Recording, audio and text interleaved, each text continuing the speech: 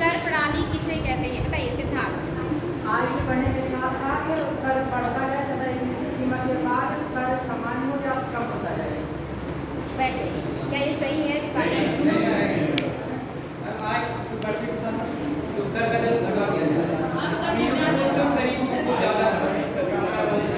सिद्धार्थ 2 दिन से उल्टा जवाब क्यों दे रहे हैं? उसको मतलब पलट के समझ लिया कीजिए आप लोग।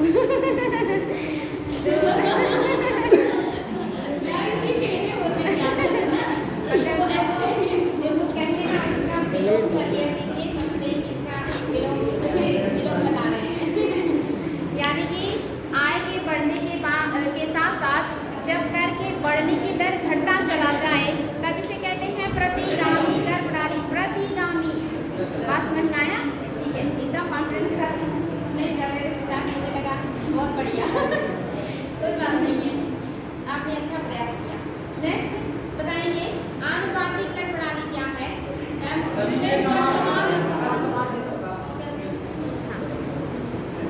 क्या रहेगा? दर समान, जैसे मतलब और अच्छे से एक्सप्लेन कीजिए।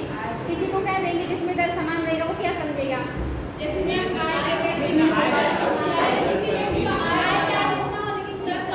किंतु उसका जो कर उसमें जो टैक्सेस को देना होगा वो समान आय होगा उसको भी उतने ही टैक्स पे करना होगा, जिसको ज़्यादा जिसकी आय होगी उसको भी उतने टैक्स।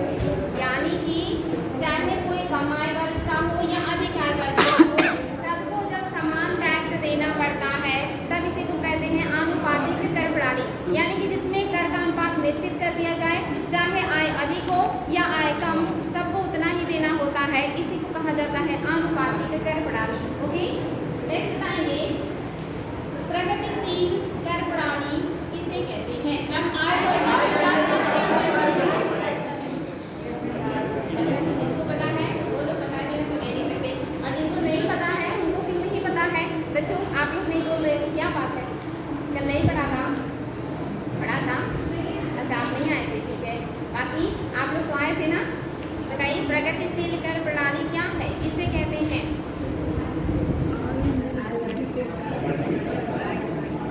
आदित्य बताइए क्या होगा?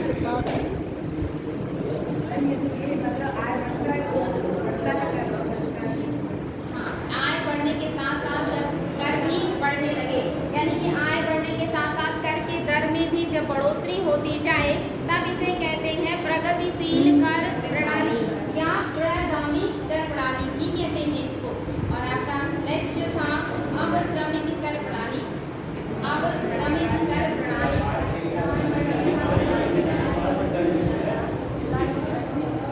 यानी कि शुरुआती दौर में आय बढ़ने के साथ साथ कर बढ़ता है, लेकिन एक सीमा के बाद कर की दर निश्चित हो जाती है, तब इसे हम कहते हैं अवक्रमिक कर प्रणाली। सिद्धार्थ क्या बात है, अब भी बता रहे हैं हम कुछ? कोई बात नहीं, एक बार गलत हो गया तो आगे से चुप थोड़ी हो जाना है, आगे से ट्राई करना है। तो आज हम लोग पढ़ेंगे कर। कर किसे कहते हैं? अभी तो आपने देखा कि कर जो है कितने तरह से लगाया जाता है, लेकिन कर है क्या? टैक्स किसे कहते हैं? बताएं, टैक्स क्या है? कर किसे कहते हैं? कर की ही बातें हो रही हैं, लेकिन कर कहते किसे हैं या कर क्या है ये बताएं।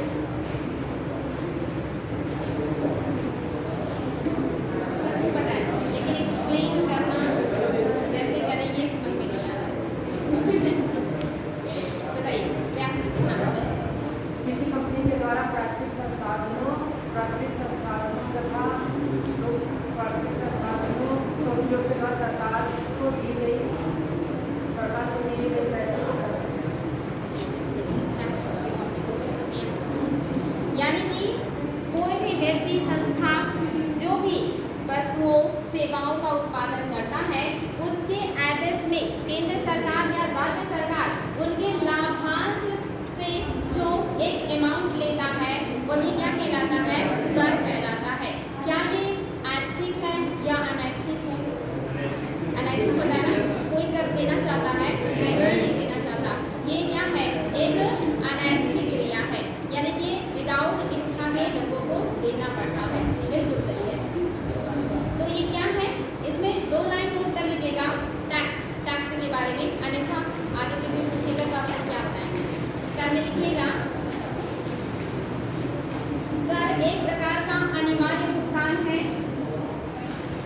एक प्रकार का अनिवार्य भुगतान है, यानी कि इसको भुगतान करना अनिवार्य भुगतान है।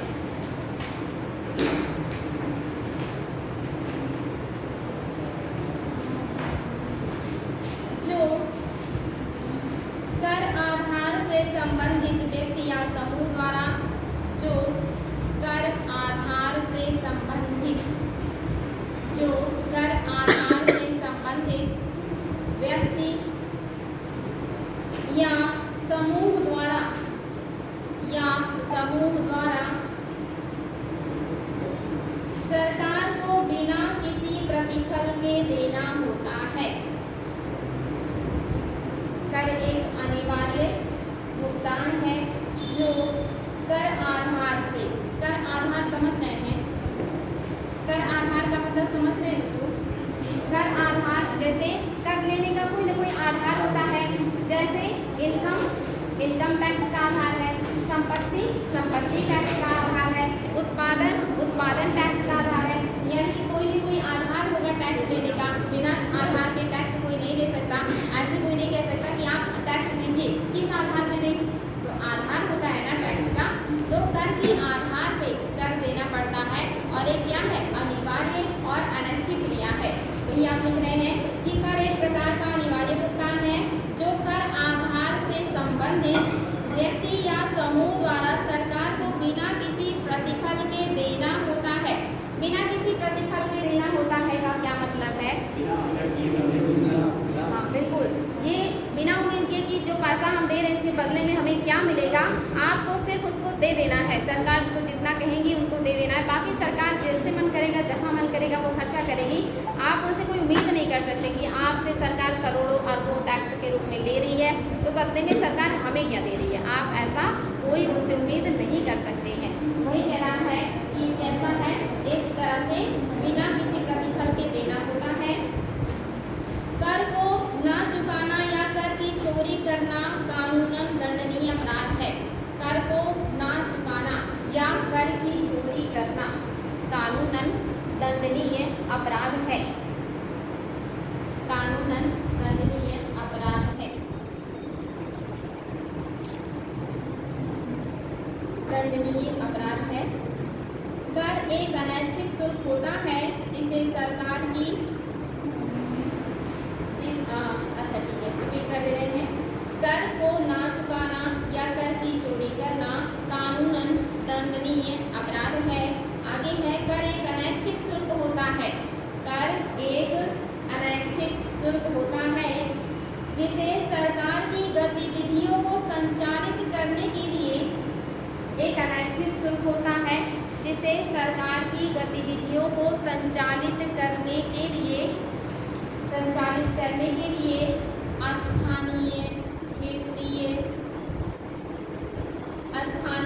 क्षेत्रीय या राष्ट्रीय सरकार द्वारा लागू किया जाता है, जिसे स्थानीय, क्षेत्रीय या राष्ट्रीय सरकार द्वारा लागू किया जाता है।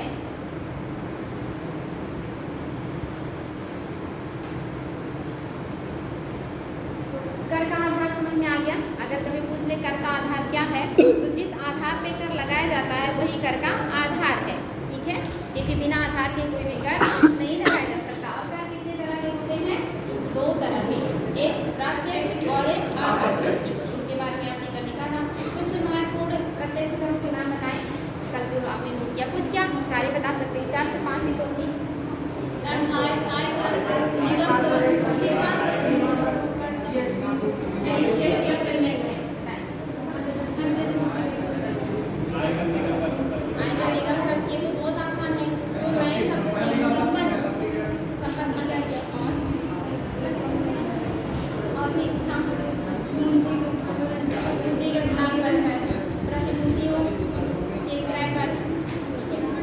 और अप्रत्यक्ष में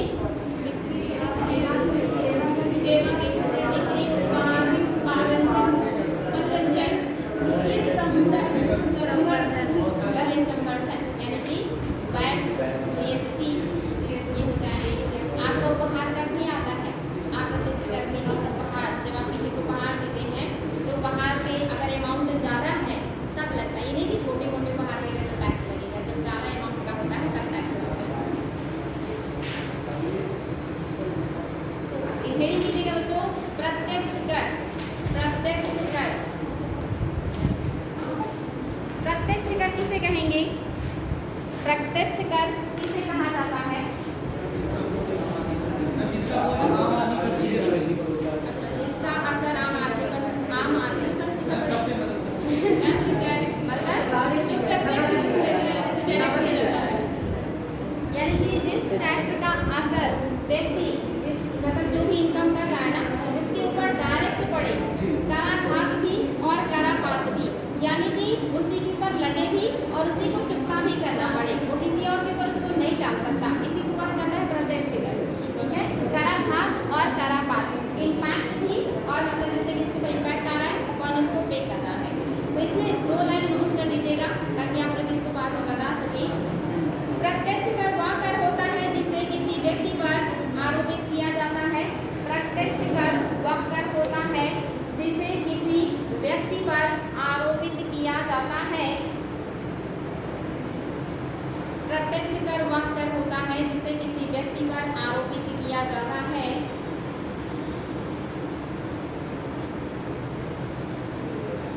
उसी से वसूला जाता है, आरोपित किया जाता है, कॉमा उसी से वसूला जाता है, अर्थात इसे किसी भी स्थिति में अन्य व्यक्ति पर स्थानांतरित नहीं किया जा सकता। अर्थात इसे किसी भी परिस्थिति में अन्य व्यक्ति पर स्थानांतरित नहीं किया जा सकता है।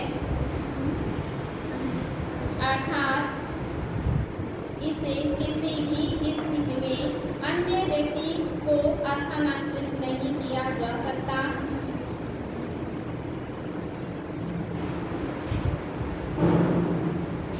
नहीं किया जा सकता।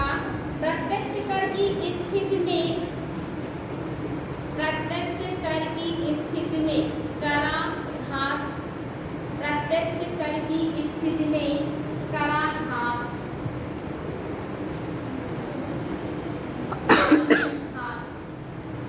और करापात।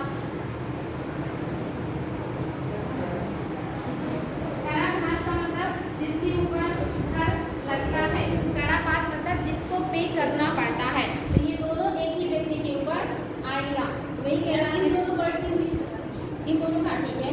कराघात का मतलब होता है इम्पैक्ट, इम्पैक्ट ऑफ टैक्स, ये आपका कराघात है।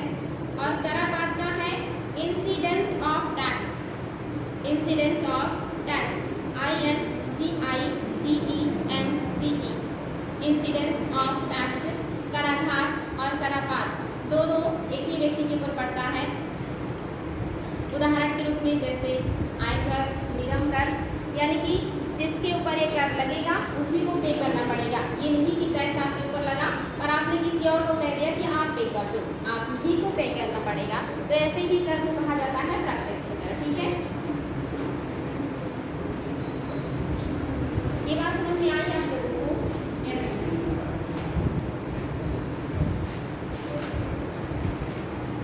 तो व्यक्ति आयकर सबको पता है, जो व्यक्तियों का इनकम होता है इस पर जो टैक्स लगता है इसको कहा जाता है व्यक्ति आयकर। ठीक है, और ये आपका दूसरे नंबर का सबसे बड़ा सरकार की इनकम का जो है स्वरूप है। इसमें नोट कर लीजिएगा बच्चों, इसमें नोट करना चाहिए क्या आप लोगों को? कुछ नोट करा दे, इसमें नोट कर लीजिएगा 2 लाइन। व्यक्तिगत आयकर उन विभिन्न स्रोतों पर लगाया जाता है। व्यक्तिगत हेडिंग कर लीजिएगा, व्यक्तिगत आयकर, व्यक्तिगत आयकर, पर्सनल इनकम, इसमें लिखिएगा व्यक्तिगत आयकर उन विभिन्न स्रोतों पर लगाया जाता है जिनसे, व्यक्तिगत आयकर उन विभिन्न स्रोतों पर लगाया जाता है, लगाया जाता है जिनसे विभिन्न व्यक्तियों को आय प्राप्त होती है, जिनसे विभिन्न व्यक्तियों को आय प्राप्त होती है, आय प्राप्त होती है। आय के प्रमुख स्रोत, आय के प्रमुख स्रोत हैं कैश करके वेतन, वेतन, व्यवसाय एवं व्यापार, वेतन, व्यवसाय एवं व्यापार से प्राप्त आय, संपत्ति आय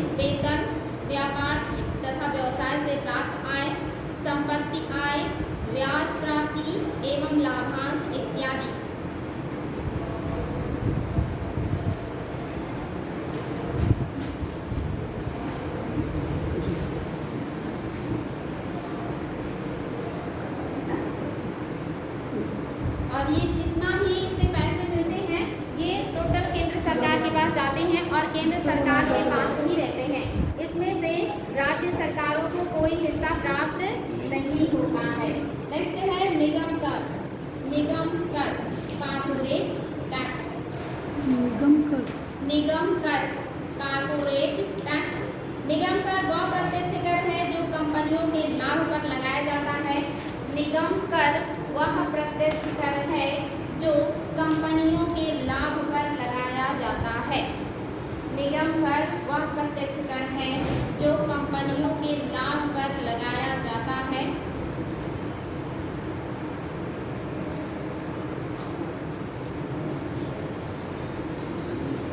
इसी कारण इसे कंपनी लाभ कर भी कहा जाता है।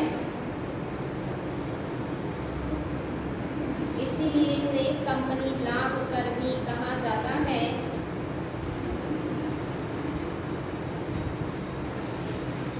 निगम कर केंद्र सरकार द्वारा आरोपित एवं एकत्र किया जाता है। निगम कर केंद्र सरकार द्वारा आरोपित तथा एकत्र किया जाता है और इसमें भी राज्य सरकारों का कोई हिस्सा नहीं होता, यानी कि दोनों महत्वपूर्ण सिर्फ बेटा है। ओके, रिपीट कर दे रहे हैं। निगम कर केंद्र सरकार द्वारा आरोपित एवं एकत्र किया जाता है और इसका विभाजन राज्यों के मध्य नहीं होता। इसका विभाजन राज्यों के मध्य नहीं किया जाता है।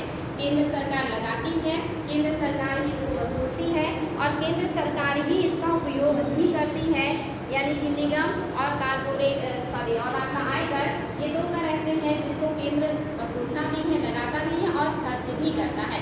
इसमें राज्यों को कोई हिस्सा नहीं दिया जाता है। याद रखेंगे कि जो वर्तमान में ये क्वेश्चन आता है कि वर्तमान में सरकार के सबसे बड़े राजस्व प्राप्ति का रिसोर्स क्या है, तो निगम कर ही है, कारपोरेट टैक्स ही है। और इसको 1960-61 के पहले सुपर टैक्स कहा जाता था, क्योंकि इससे सबसे ज़्यादा इनकम होने की वजह से इसको सुपर टैक्स कहा जाता था। पहले इसका नाम निगम कर नहीं था, पहले इसको सुपर टैक्स कहा जाता था।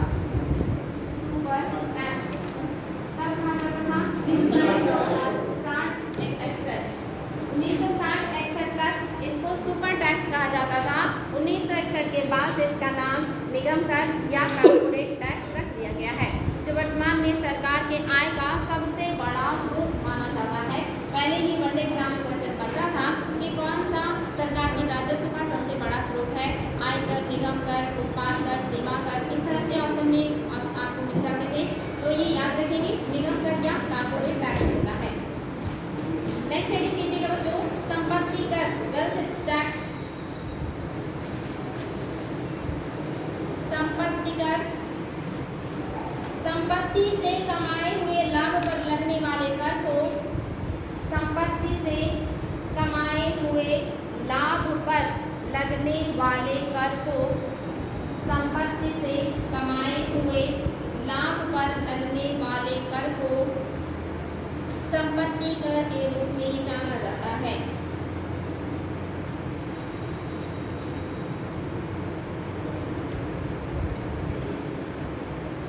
संपत्ति कर अधिनियम 1957 के तहत भारत में, संपत्ति कर अधिनियम 1957 के तहत भारत में, संपत्ति कर अधिनियम 1957 के तहत भारत में संपत्ति कर सर्वप्रथम, ये अच्छा हो गया ना, 1957 में भारत में संपत्ति कर सर्वप्रथम 1 अप्रैल 1957 में लगाया गया था। अधिनियम 1957 के तहत 1 अप्रैल 1957 में भारत में सर्वप्रथम संपत्ति कर लगाया गया था। सर्वप्रथम संपत्ति कर लगाया गया था। देखिए फिर से रिपीट कर दे रहे हैं, संपत्ति कर अधिनियम 1957 के तहत भारत में संपत्ति कर सर्वप्रथम 1 अप्रैल 1957 को लगाया गया था।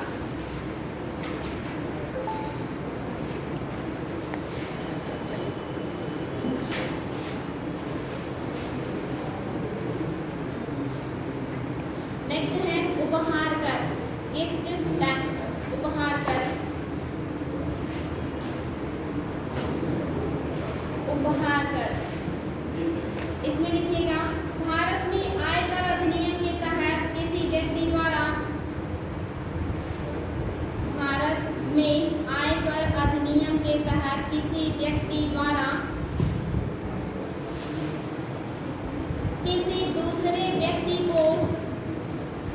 किसी व्यक्ति द्वारा किसी दूसरे व्यक्ति को स्वेच्छा और बिना किसी प्रतिफल के हस्तांतरित की गई स्वेच्छा और बिना किसी प्रतिफल के हस्तांतरित की गई चल या अचल परिसंपत्ति उपहार कही जाती है। बिना किसी प्रतिफल के हस्तांतरित की गई चल या अचल परिसंपत्ति उपहार कही जाती है।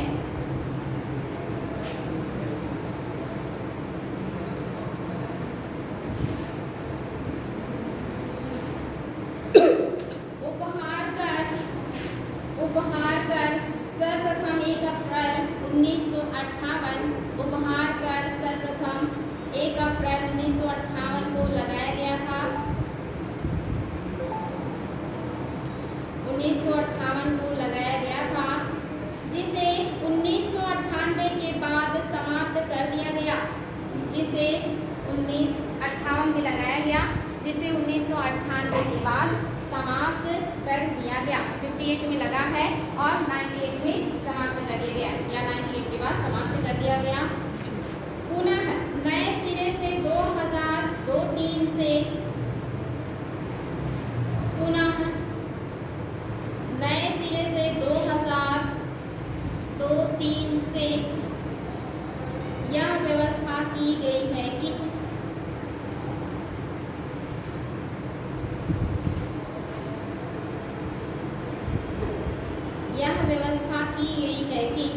यदि बिना किसी प्रतिफल के सगे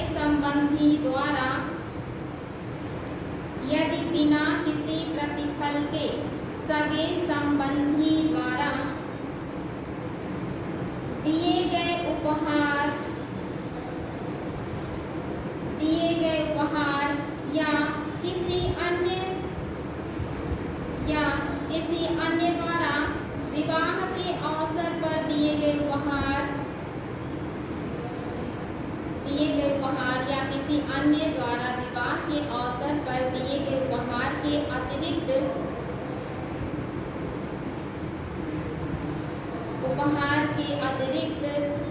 किसी व्यक्ति को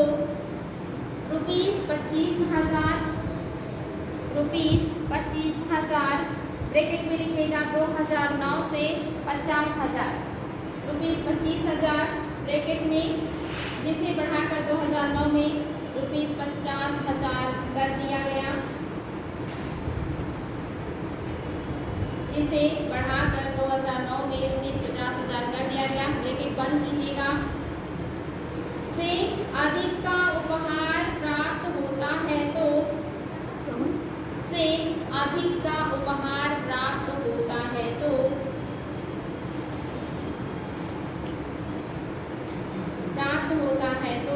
उसे उपहार प्राप्तकर्ता की आय में जोड़ दिया जाएगा।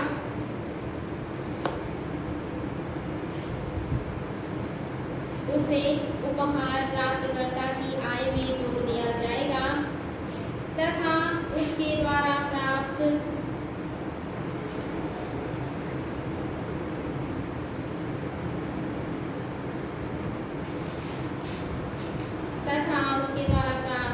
अन्य आय की तरह इस पर भी आयकर देना होगा। तथा उसके द्वारा प्राप्त अन्य आय की तरह इस पर भी आयकर देना होगा।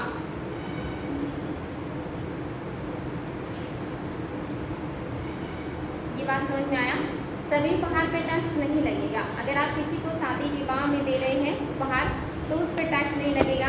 आप किसी अपने सगे संबंधी को विशेष अवसर पर बिना किसी उम्मीद के प्रतिफल के, ये नहीं उपहार के रूप में दे रहे हैं, बिना किसी प्रतिफल के आप पैसे दे रहे हैं, तो उस पर टैक्स नहीं लगेगा। इसके अलावा अगर आप किसी को भी पैसा दे रहे हैं और उसका अमाउंट 50,000 से अधिक का है, तो जिसको भी वो पैसा मिलेगा उसकी आय में जोड़ दिया जाएगा और फिर जितना उस पर बनेगा उतना उनसे टैक्स लिया जाएगा। इसी को कहा जाता है उपहार कर, जिसको शुरू किया गया 58 में, समाप्त कर दिया गया एक बार 98 में, और फिर से 2002-3 से इसको शुरू कर दिया गया है, और 9 में इसका अमाउंट 25,000 से बढ़ाकर 50,000 कर दिया गया। यानी कि इससे अधिक जब होगा तब उसको आपके इनकम में जोड़ दिया जाएगा, और फिर उसमें जितना टैक्स बनेगा वो आपको टैक्स पे करना पड़ेगा, वो आपका इनकम माना जाएगा, वो बाहर नहीं माना जाएगा। ओके, नेक्स्ट रीडिंग कीजिएगा बच्चों। पूंजी लाभ कर, पूंजी लाभ कर, पूंजी लाभ कर, पूंजी लाभ कर। कोई भी वित्तीय परिसंपत्ति एवं प्रतिभूति, कोई भी वित्तीय परिसंपत्ति एवं प्रतिभूति, कोई भी वित्तीय परिसंपत्ति एवं प्रतिभूति, एवं प्रतिभूति, जैसे भूमि, भवन, शेयर, जैसे भूमि, भवन, शेयर, डिबेंचर, डिबेंचर या डिबेंचर, डिबेंचर,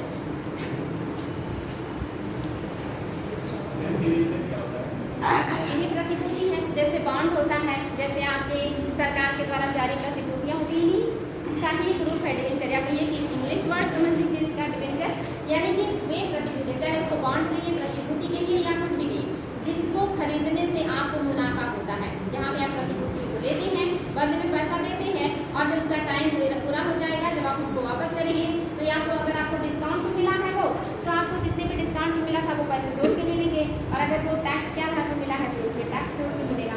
सब एक ही बात है, सिर्फ नाम अलग अलग है। भूमि, भवन, शेयर, डिबेंचर या कोई अन्य संपत्ति, या कोई अन्य संपत्ति जब अपनी क्रय लागत, जब अपनी क्रय लागत या निर्माण लागत से अधिक पर बिकती है तो, जब अपनी क्रय लागत या निर्माण लागत से अधिक पर बिकती है तो, अधिक पर बिकती है तो इस पर होने वाले लाभ को पूंजी लाभ कहा जाता है। इस पर होने वाले लाभ को पूंजी लाभ कहा जाता है।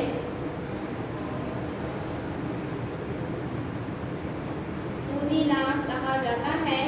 इस पूंजी लाभ पर लगने वाले कर को ही, इस पूंजी लाभ पर लगने वाले कर को ही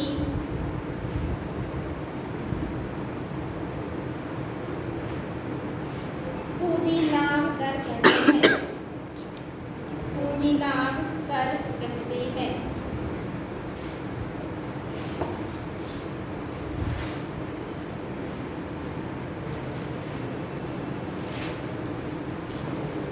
ये बात समझ में आया आप लोगों को? जैसे मान लीजिए आपने जमीन को क्रय किया है, तो जितने में आपने क्रय किया, जब आप उसे बेचेंगे, जब उससे आपको ज़्यादा लाभ प्राप्त होगा, उस लाभ पे टैक्स लगता है। या आपने जो शेयर्स खरीदे थे मार्केट में, आपने जितने में खरीदा है, जब आप उससे ज़्यादा में बेचेंगे और आपको बहुत ज़्यादा लाभ होगा, तब फिर उस लाभ पे जो टैक्स लगता है उसी को कहा जाता है पूंजी लाभ। क्योंकि इसके बदले में आप क्या करेंगे, आपको तत्काल पूंजी मिलेगा जब भी आप उसको बेचेंगे, और आपको जो पूंजी के रूप में लाभ मिल रहा है उस पर जो टैक्स लगता है उसका क्राइटेरिया रहता है, वो भी आप जानते हैं, समय समय पर बदलता रहता है कि सरकार कब किस पर कितना % का टैक्स लगाएगी। तो उस पूंजी लाभ पर जब टैक्स लगता है तब इसी को कहा जाता है पूंजी लाभ कर। ओके, इसमें किसी को कोई कंफ्यूजन? ठीक है, चलिए नेक्स्ट है फ्रिंज लाभ कर। फ्रिंज लाभ कर, फ्रिंज लाभ कर, फ्रिंज लाभ कर।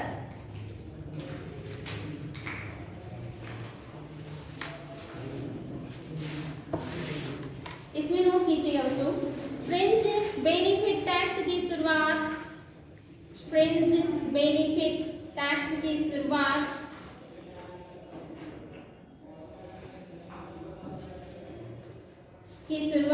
वित्तीय वर्ष 2005-6 से की गई। वित्तीय वर्ष 2005-06 से की गई, वित्तीय वर्ष 2005-06 से की गई।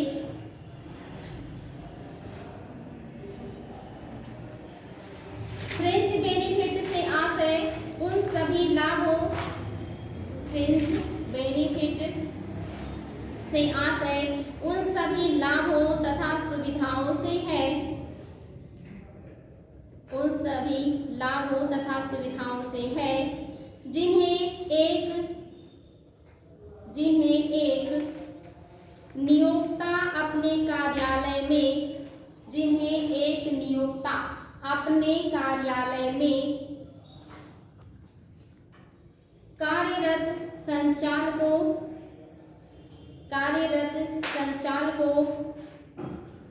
अधिकारियों, कर्मचारियों आदि को वेतन के अतिरिक्त, कार्यरत कर्मचारियों, संचालकों, अधिकारियों आदि को वेतन के अतिरिक्त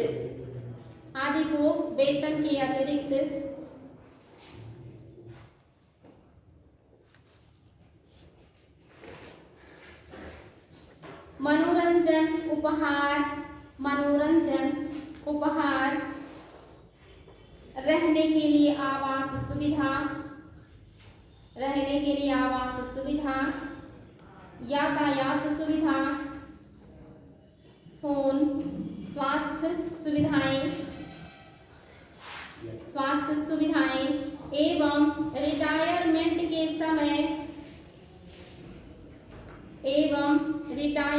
के समय प्रोविडेंट फंड के रूप में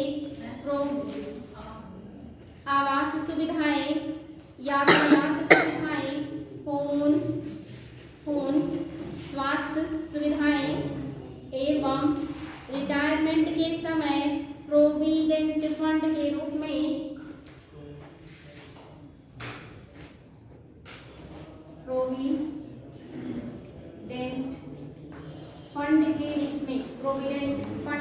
में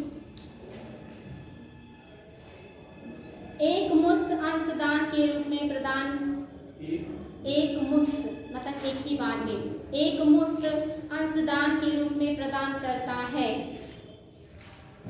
एक मुश्त अंशदान के रूप में प्रदान करता है। फ्रिंज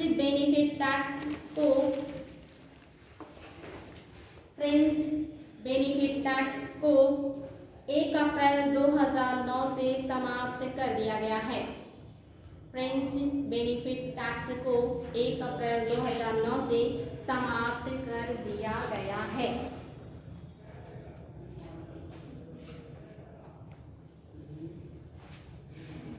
समाप्त कर दिया गया है, ये समझ में आया टैक्स? यानी कि जैसे आप किसी कंपनी के मालिक हैं, लेकिन आप अपने कार्यकर्ताओं को, कर्मचारियों को बहुत सारी सुविधाएं दे रहे हैं, फ्री की स्वास्थ्य सुविधाएं, फ्री का आवास, फ्री की गाड़ी, फ्री की बहुत सारी सुविधाएं, पैसे, तो ये सब कर्मचारियों को इस पर कोई टैक्स नहीं देना पड़ेगा आपको, लेकिन इस पर सरकार को टैक्स देना पड़ता था जो आप ये सारी सुविधाएं अपने कार्यकर्ताओं को दे रहे थे। लेकिन अभी क्या हो गया, इसको समाप्त कर दिया गया। अगर कोई कंपनी का मालिक अपने कर्मचारियों को, अपने यहाँ काम करने वाले लोगों को इस तरह की सुविधाएं दे रहा है तो उस पर उसको कोई टैक्स नहीं देना पड़ेगा। लेकिन अगर क्वेश्चन कभी बन जाए कि क्या है ये टैक्स, तो पता है कि जो मालिकों के द्वारा अपने कर्मचारियों को, नियोक्ता मतलब जिसने लोगों को काम पे नियुक्त कर रखा है, उसके द्वारा जो अपने लोगों को व्यवस्थाएं दी जाती हैं, सुविधाएं दी जाती हैं, उस पर जो टैक्स लगाया जाता था सरकार के द्वारा, इसी को फ्रिंज बेनिफिट टैक्स कहा जाता था। हाँ, ये भी आएगा, आपका प्रत्यक्ष कर के अंदर ही आएगा, क्योंकि जो व्यक्ति दे रहा है डायरेक्ट उसी को इसका पे करना पड़ेगा, उसी मालिक के ऊपर लगेगा और उसी को पे करना पड़ेगा। जो सुविधाएं व्यक्ति इसका उपयोग करेगा उस व्यक्ति के ऊपर ये टैक्स नहीं लगता है। यानी कि जैसे आप देखते होंगे सुविधाएं जिसको मिलती है वो दवाई करवा लेते हैं, फिर वहाँ से स्लिप बनवा करके जमा कर देते हैं कंपनी में कि वो पे करेंगे। तो पे कौन कर रहा है? मालिक कर रहा है। तो मालिक सुविधाएं दे रहा है, मालिक के ऊपर ही टैक्स लगेगा और वही पे करेगा। नेक्स्ट आपका है, हाँ आप इसको बुलाएं तो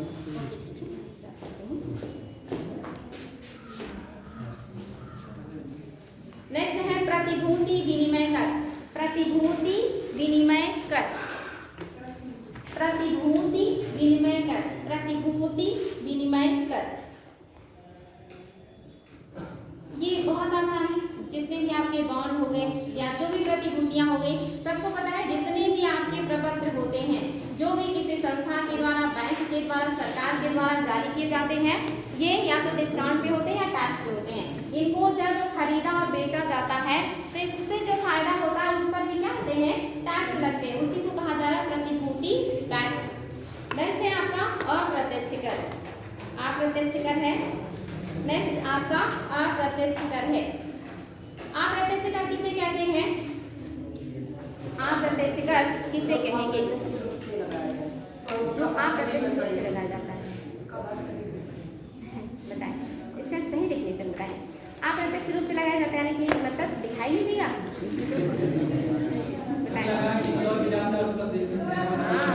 ये लगाया, इसका कराघात किसी और के ऊपर होगा और करापात किसी और के ऊपर होगा।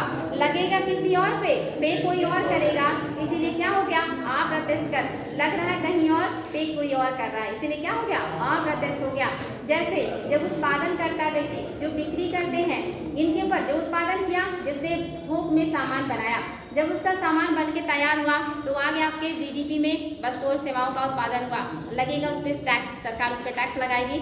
लेकिन वो जो मिल मालिक है जिसने उत्पादन किया है, उसमें जो टैक्स लगा, उसमें जो सरकार को टैक्स मतलब जो देगा, तो क्या करेगा? उसी में अपना फायदा जोड़ करके उस टैक्स को अपने फायदे में जोड़ने के बाद ही वो फिर खुदरा व्यापारियों को बेचेगा। यानी कि उसने जो टैक्स पे किया, उसने उसको अपने फायदे में ले लिया, उसको नुकसान नहीं हुआ। वो टैक्स अब उसके पे में नहीं माना जाएगा, क्योंकि उसने उस दूसरे से ले लिया। अब वो जो खुदरा व्यापारी है उसके ऊपर भी क्या, जो मतलब ये क्या होता है, कदम कदम पे लगता है, उसको भी देना पड़ेगा। तो वो क्या करेगा? फिर मूल्य बढ़ा देगा अपने वस्तु का, यानी कि उसने जो पे किया उसका मूल्य बढ़ा के उसको उसने प्राप्त कर लिया।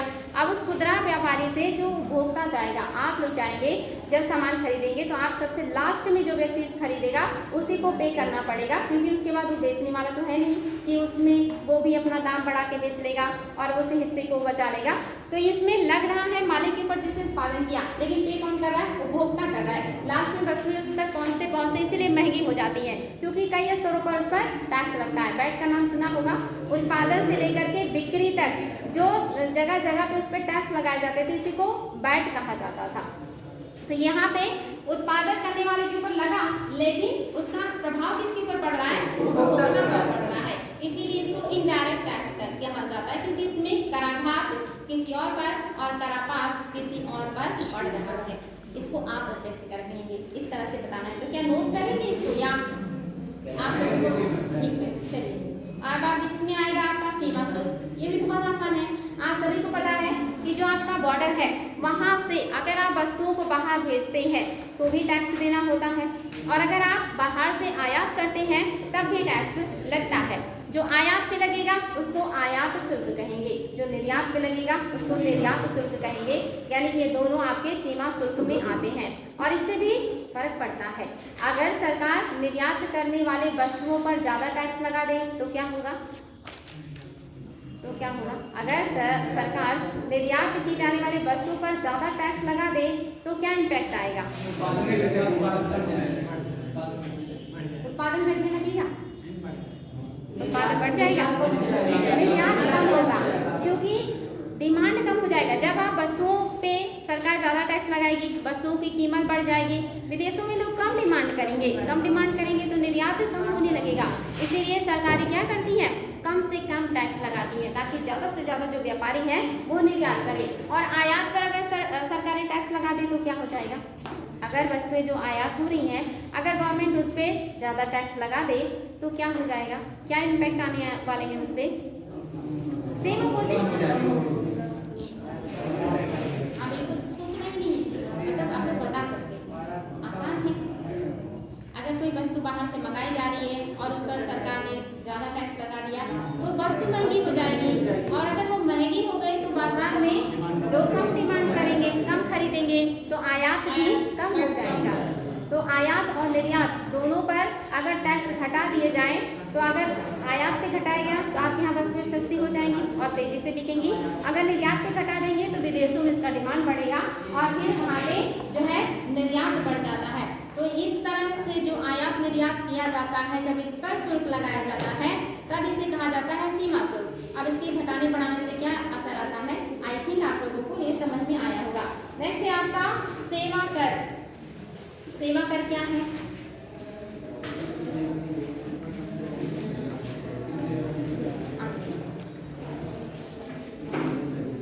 आसान है, जो लोग सर्विसेज देते हैं, यस, जो लोग सेवाएं देते हैं, जो लोग सर्विस करते हैं, इनकी सेवाओं पर जो टैक्स लगता है उसको सेवा कर कहेंगे।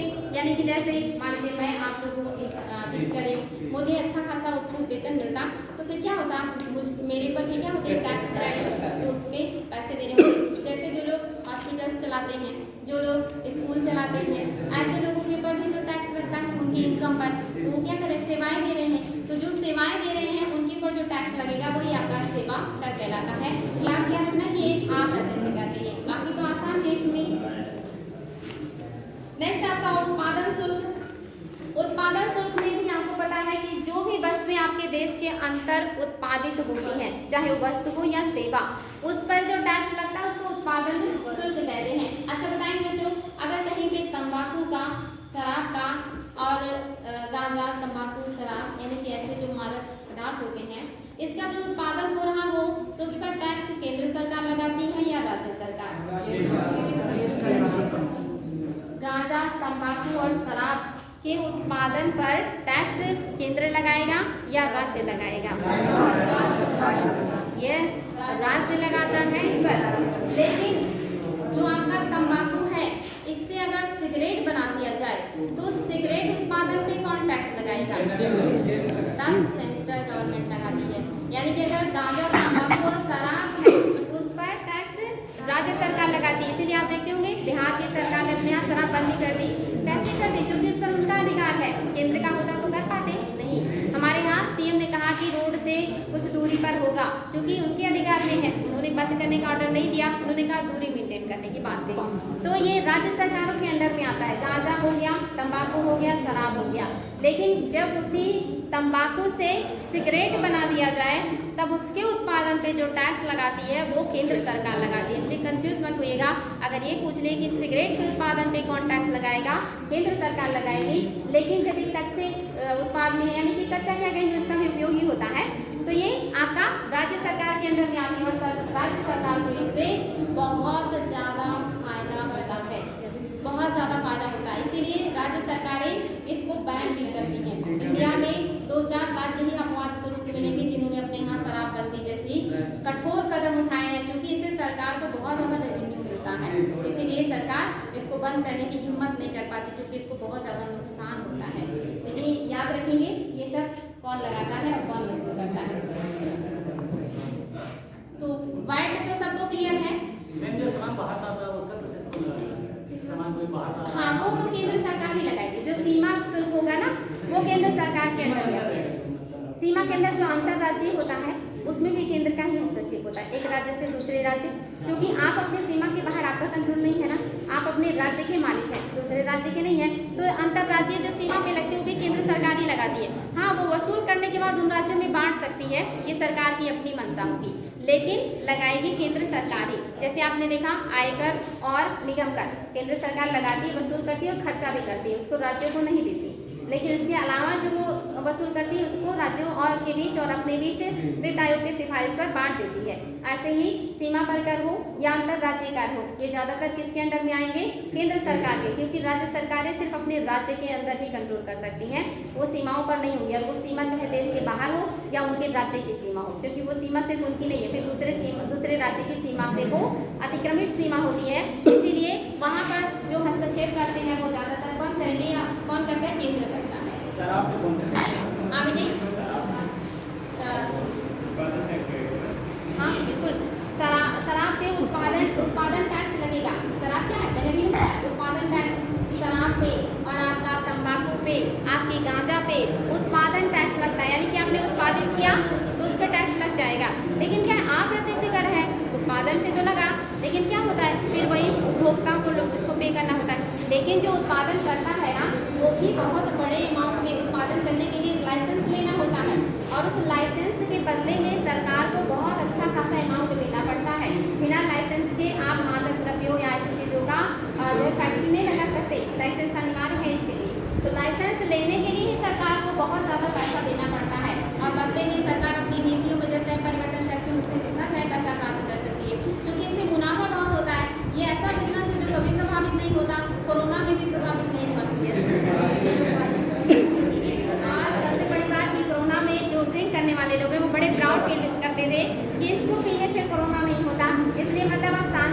होंगे मतलब जहर पीते भी हैं लोग और उसको भी शान से पीते हैं। ऐसा कोरोना ने उनको मौका भी दे दिया था। इंडिया में लोग बहुत शान से पीते हैं, कोई दिक्कत नहीं है।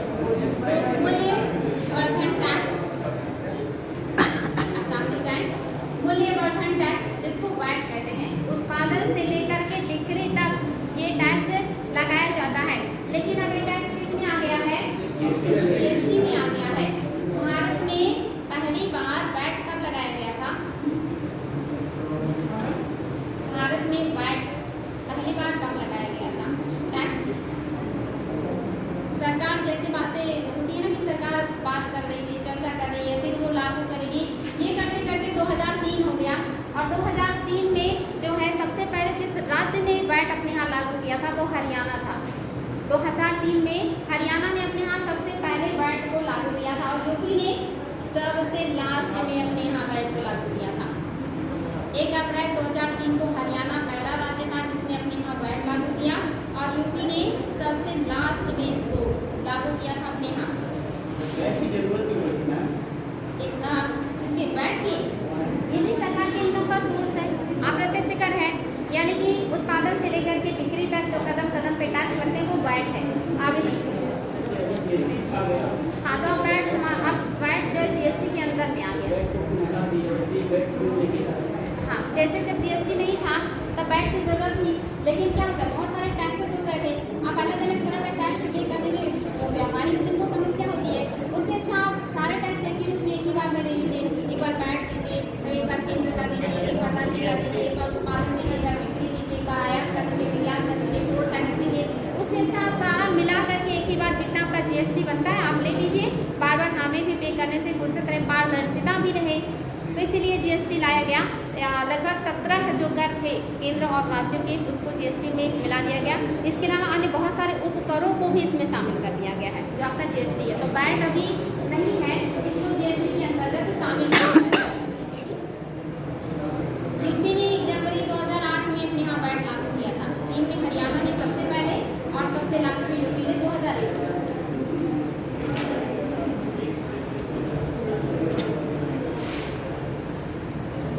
नेक्स्ट है आपका अधिभार। अधिभार, अधिभार ये वर्ड भी इम्पोर्टेंट है। अधिभार जिसको सरचार्ज कहते हैं, इसमें सरचार्ज कहते हैं। अधिभार इंग्लिश में कहते हैं सरचार्ज। क्या है ये?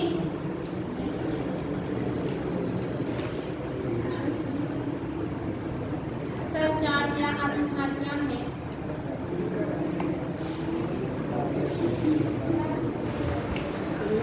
नहीं पता? जब सरकार को अतिरिक्त धन की कभी जरूरत पड़ जाए, किसी भी वर्ग के लिए अगर सरकार को अतिरिक्त पैसे की जरूरत है, यानी कि जितने भी टैक्सेस उन्होंने लगाए हैं उसको वसूल करने के बाद उनकी जरूरत पूरी ना हो और उन्हें और ज़्यादा पैसे की जरूरत हो, तो जो अतिरिक्त अधिभार या सरचार्ज जो लगा देते हैं इसी को कहा जाता है अधिभार। इसमें 2-3 पॉइंट नोट कीजिएगा बच्चों, नहीं तो बाद में नहीं आप लोग इसको ध्यान दे पाएंगे। इसमें नोट कीजिएगा, यदि सरकार को अतिरिक्त कर राजस्व, यदि सरकार को अतिरिक्त कर राजस्व, यदि सरकार को अतिरिक्त कर राजस्व, कर राजस्व आय संग्रहित करने की आवश्यकता है तो कर राजस्व आय संग्रहित करने की आवश्यकता, संग्रहित करने की आवश्यकता है तो वह एक विशेष आय वर्ग के व्यक्तियों को, वह एक विशेष आय वर्ग के व्यक्तियों, एक विशेष आय वर्ग के व्यक्तियों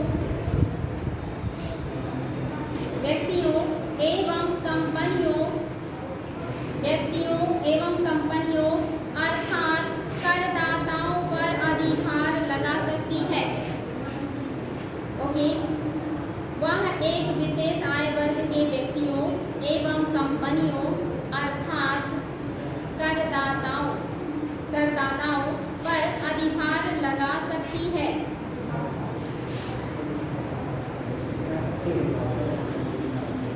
अधिभार एक अतिरिक्त शुल्क है जो अधिभार एक अतिरिक्त शुल्क है जो अधिभार एक अतिरिक्त शुल्क है जो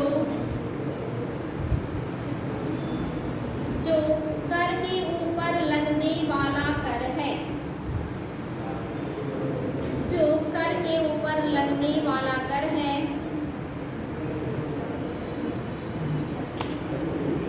कर के ऊपर लगने वाला कर है।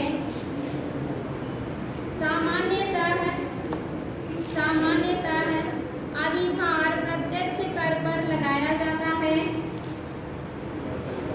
सामान्यतः अधिभार प्रत्यक्ष कर पर लगाया जाता है।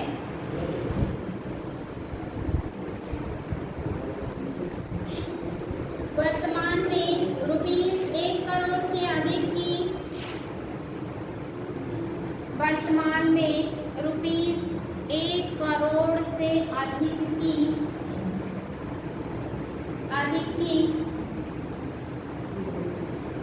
कर योग्य आय अर्जित करने वाले व्यक्तियों को कर योग्य आय अर्जित करने वाले व्यक्तियों को अपने करों पर 15% के अधिभार का भुगतान करना पड़ता है।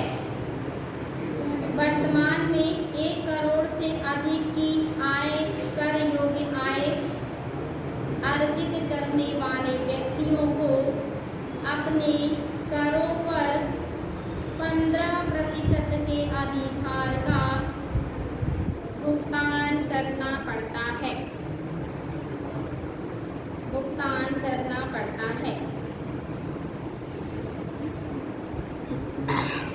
और अगर 1 करोड़ से कम है तो वो 12% का अधिभार जो है उनको देना पड़ेगा। अगर 1 करोड़ से कम है की संपत्ति तो वो 12% का अधिभार पे करेंगे, और अगर 1 करोड़ से ज़्यादा है तो 15% का अधिभार उनको पे करना पड़ता है।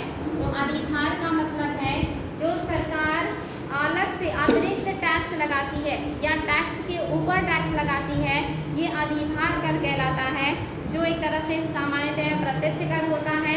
ज़्यादातर ये धनी वर्ग या जो अमीर वर्ग होते हैं उनके ऊपर लगाया जाता है। जिनका इनकम 1 करोड़ से अधिक है उनको अपने कर के ऊपर 15% का अधिभार देना पड़ेगा, और जिनकी इनकम 1 करोड़ से कम का है उनको उस कर के ऊपर 12% का अधिभार देना पड़ता है। नेक्स्ट है उपकर।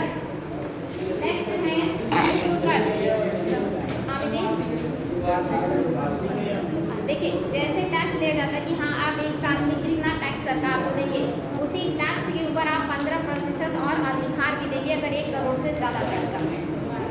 नेक्स्ट है आपका उपकर।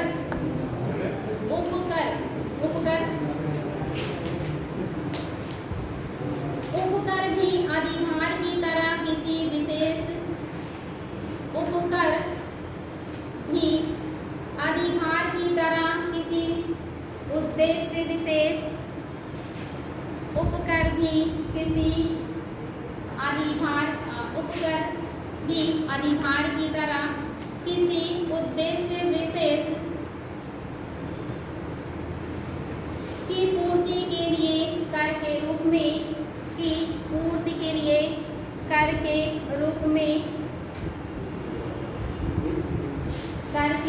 रूप में लगाया जाता है।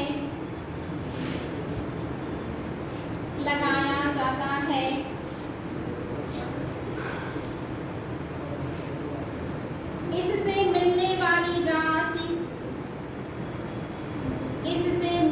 वाली राशि उस उद्देश्य विशेष पर ही खर्च की जाती है। इससे मिलने वाली राशि उस उद्देश्य विशेष पर ही खर्च की जाती है। उस उद्देश्य विशेष पर ही खर्च की जाती है।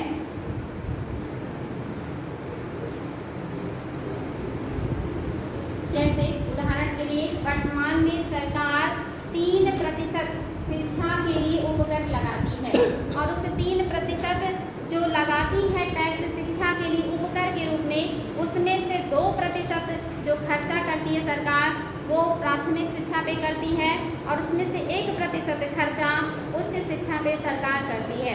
यानी कि अधिभार जो है ये सामान्यतः 1 करोड़ से अधिक का इनकम है, और सरकार चाहे तो उनसे अधिभार वसूल कर सकती है। 1 करोड़ से ज़्यादा का है तो 15%, 1 करोड़ से कम का है तो 12% वसूल कर सकती है नियमित रूप से, बिना किसी जो है विशेष उद्देश्य के।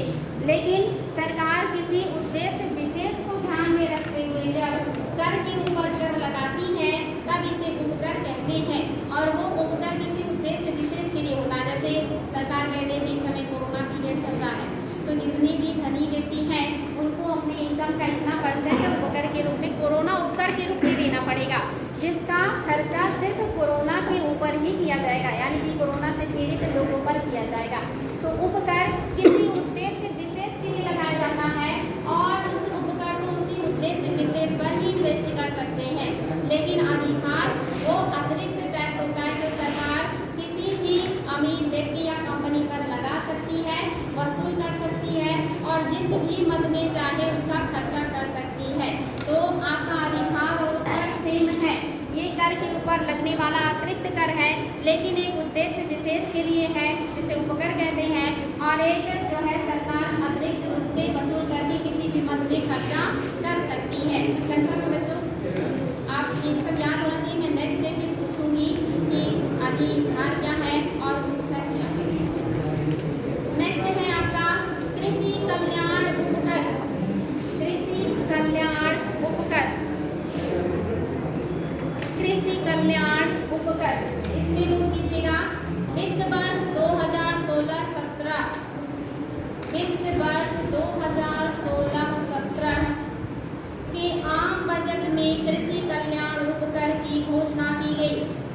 वर्ष 2016-17 के आम बजट में कृषि कल्याण उपकर की घोषणा की गई। उपकर की घोषणा की गई। 1 जून 2016 से सभी कर योग्य, 1 जून 2016 से सभी कर योग्य सेवाओं पर, कर योग्य सेवाओं पर 0.5% की दर से 1 जून 2016 से सभी कर योग्य सेवाओं पर 0.5% की दर से कृषि कल्याण उपकर लगाया जाना शुरू किया गया। 0.5% की दर से कृषि कल्याण जो है उपकर लगाया जाना शुरू किया गया। और अगर ये उपकर है तो क्या होगा? यस, कृषि के लिए लगाया गया है तो कृषि को बढ़ावा देने के लिए ही खर्चा किया जाएगा। तो ये शुरू का हुआ है, ये बहुत लेटेस्ट है। 2015-16 या 16-17 के बजट में लाया गया है। 1 जून 2016 से कृषि कल्याण उपकर लागू हो गया है, जो टोटल इनकम में से 0.5% वसूल किया जाएगा, और जिसका खर्चा कृषि के कल्याण के लिए, किसानों के फायदे के लिए किया जाएगा। नेक्स्ट है स्वच्छ भारत उपकर। स्वच्छ भारत उपकर, हाँ जितने लोग इनकम के दायरे में आते हैं, मतलब कि जो ये लोग कंपनी हो गया, उन सब से लिया जाएगा, क्योंकि कृषि का उत्पाद तो सभी लोग उपयोग करते हैं। सब मैंने लिखा है सभी कर योग्य सेवाओं, सभी कर योग्य सेवाओं पर लगेगा। तो स्वच्छ भारत उपकर 15 नवंबर 2015 को, 15 नवंबर 2015 को हेडिंग था स्वच्छ भारत उपकर। इसमें आपको लिखना है 15 नवंबर 2015 को कर योग्य सभी सेवाओं पर, कर योग्य सभी सेवाओं पर 0.5% 0.5% की दर से स्वच्छ भारत उपकर लगाया गया है, की दर से स्वच्छ भारत उपकर लगाया गया है। यानी कि इसका उद्देश्य क्या है? भारत को स्वच्छ करना, भारत की स्वच्छता को बढ़ावा देना, इसीलिए टैक्स लगाए गए। तो ये दोनों टैक्स आपके काफ़ी नए हैं, ये दोनों आप देख रहे हैं 2015 में आया है और ये 2016 में आया है। और उपकर है यानी कि जिस उद्देश्य विशेष के लिए लगाया गया है उसी मद में खर्चा होगा। दोनों का अमाउंट सेम है 0.5%। जितने भी कर योग्य सेवाएं देने वाले, चाहे वो लोग हो या संस्था हो, उन सभी को ये टैक्स देना पड़ेगा। तो याद रखेंगे कमेटी कैसे लेते हैं। जैसे आप जो है कर योग्य सेवा में आते हैं, आप कर देते हैं, तो उसी के साथ आपसे उपकर भी ले लिया जाएगा कि आप ये कर दे रहे हैं, ये आपका टैक्स हुआ, बदले में आप स्वच्छता, हाँ, तो उसी इनकम टैक्स दे रहे हैं तो इनकम टैक्स के साथ ही बता दिया जाएगा कि 0.5% आपका कृषि उपकर और 0.5% आपका स्वच्छता उपकर भी आपको देना पड़ना है। ये आपका अप्रत्यक्ष कर है, अप्रत्यक्ष, यस, अप्रत्यक्ष कर में आएगा। यानी कि जो भी सेवाएं दे रहे हैं लोग उनको देना पड़ेगा, जो भी सेवा दे रहे हैं और कर के दायरे में आते हैं वो देते हैं। देखिए अच्छा नहीं, देखिए अप्रत्यक्ष या इसमें अप्रत्यक्ष की बात नहीं है। मैंने कहा था कि ज़्यादातर प्रत्यक्ष में, सामान्यतः प्रत्यक्ष पे लगाया जाता है, लेकिन ये कोई जरूरी नहीं कि प्रत्यक्ष वाले देंगे, सामान्यतः शब्द का उपयोग किया गया है। तो अगर ये दे दें कि ये केवल प्रत्यक्ष कर वालों पर लगेगा तो गलत हो जाएगा, और ये दे दें कि अप्रत्यक्ष वाले देंगे तब भी गलत हो जाएगा। सामान्यतः ये प्रत्यक्ष कर वालों पे लगता है, लेकिन ये कोई बाउंडेशन नहीं, ये चीज़ याद रखिएगा, ठीक है। सामान्यतः जो प्रत्यक्ष कर देते हैं उन्हीं के ऊपर लगता है, और ये जो है उनके इनकम का 0.5% होगा। और प्रत्यक्ष कर में आपने देखा है ज़्यादातर जो हैवी अमाउंट पैसा देने वाले लोग हैं वही लोग आ रहे हैं, उनके ऊपर ज़्यादातर यह सामान्यतः लगाया जाता है। नेक्स्ट है आपका वस्तु एवं सेवा उपकर। वस्तु एवं सेवा उपकर, जीएसटी उपकर, वस्तु एवं सेवा उपकर, goods and services tax cess कहेंगे इसको, टैक्स सेस, CESS। 1 जुलाई 2017 से जीएसटी, 1 जुलाई 2017 से जीएसटी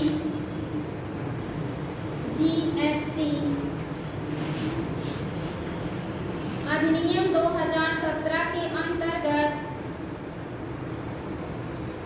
जीएसटी अधिनियम 2017 के अंतर्गत एक नए उपकर वस्तु एवं सेवा उपकर की शुरुआत की गई।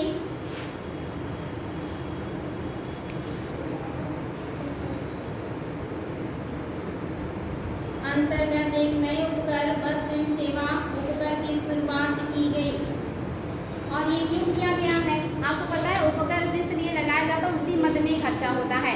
यानी कि बहुत सारी सरकारें जीएसटी लागू करने से हिचकिचा रही थी कि इससे हमको नुकसान भी हो सकता है, क्योंकि ऐसे अलग अलग मद में या कई तरीके से उनको इनकम हो रहा था। अब जीएसटी लगने से